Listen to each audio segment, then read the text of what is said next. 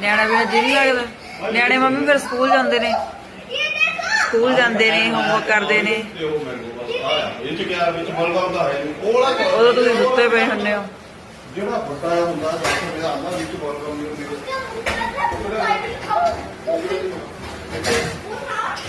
ਸਵਾਦ ਲੱਗ ਰਹੀ ਹੈ। ਉਸ ਤੋਂ ਫਿਰ ਠੰਡਾ ਵੀ ਪੀਣਾ ਹੈ। ਠੰਡੇ ਦਾ ਵੀ ਜੀ ਕਰ ਰਿਹਾ। ਅੱਜ ਦਿਨੇ ਪੀਤਾ ਤਾਂ ਹੈਗਾ।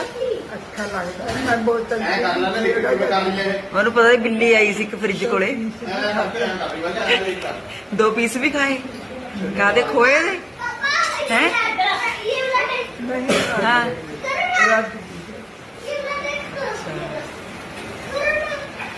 ਮੈਂ ਦੇਖਿਆ ਸੀ ਇੱਕ ਬਿੱਲੀ ਆਈ ਸੀ ਮੇਰੇ ਫਰਿੱਜ ਕੋਲੇ, ਠੰਡਾ ਵੀ ਪੀਤਾ ਉਹਨੇ। ਮੈਂ ਕਹਾ ਮੰਮੀ ਨੂੰ ਤਾਂ ਮੈਂ ਦੇ ਕੇ ਗਈ ਸੀ, ਆ ਬੋਤਲ ਖਾਲੀ ਕਿੱਥੋਂ ਹੋ ਗਈ।